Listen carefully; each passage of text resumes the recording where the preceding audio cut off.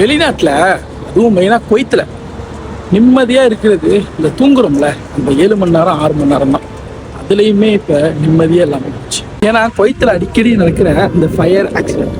இப்போ ரீசெண்டாக அப்பாசியாவில் உள்ள ஒரே குடும்பத்தை சேர்ந்த 4 பேர், ஹஸ்பண்ட் ஒய்ஃப் அவங்களோட குழந்தை 2 பேர் தூங்கிக்கிட்டு இருக்கும் பொழுது ஏசிலேருந்து வந்த ஒரு சின்ன ப்ராப்ளத்தில் ரூமே ஃபயர் ஆகி 4 பேருமே இறந்துட்டாங்க.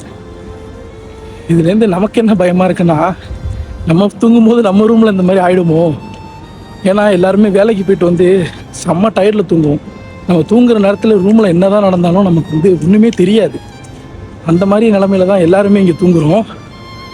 பட் இந்த மாதிரிலாம் நடக்குதுங்கும் பொழுது அந்த தூக்கம் கூட நிம்மதியாக வர மாட்டேங்குது. இந்த வீடியோ பார்க்குற நீங்கள் வெளிநாட்டில் இருக்கிற எல்லாருக்காகவும் துவா செஞ்சுக்கிட்டே இருக்கீங்க. எப்போ என்ன நடக்கும் அப்படிங்கிறது மேலே இருக்கிற ஒருத்தனுக்கு மட்டும் தான் தெரியும்.